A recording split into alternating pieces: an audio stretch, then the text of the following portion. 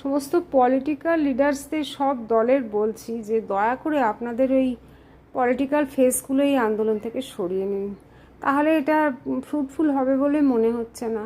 একদম ছেড়ে দিন। যারা মানে ভুক্তভোগী, বিশেষত এই ডাক্তার সমাজ, জুনিয়র চিকিৎসক যারা, তাদের হাতে এটা ছেড়ে দিন, বা ছাত্রছাত্রী, যুবক সম্প্রদায়, যুবতী সম্প্রদায়, তারাই এটা পরিচালনা করুক। এবার তারা যদি কোনো গাইডেন্সের প্রয়োজন মনে করে তখন অবশ্যই সিনিয়রদের সঙ্গে যোগাযোগ করবে, পলিটিক্যাল লিডারদের সঙ্গে যোগাযোগ করবে। কি করে কি করবে, তারাই ভালো ট্যাকল করতে পারবে। এই যারা সমস্ত যাদের বিরুদ্ধে অভিযোগ উঠছে তারাই পারবে ট্যাকল করতে, কেননা তাদের স্টেপসগুলো দেখছি খুব ভালো লাগছে। যেই পলিটিক্যাল ফেস আসছে জিনিসটা একটা অন্যরকম মাত্রা পেয়ে তারা নিজেদের মধ্যে তর্কাতর্কি, দলাদলি এসব করছে আর একে অপরকে অ্যাটাক করছে।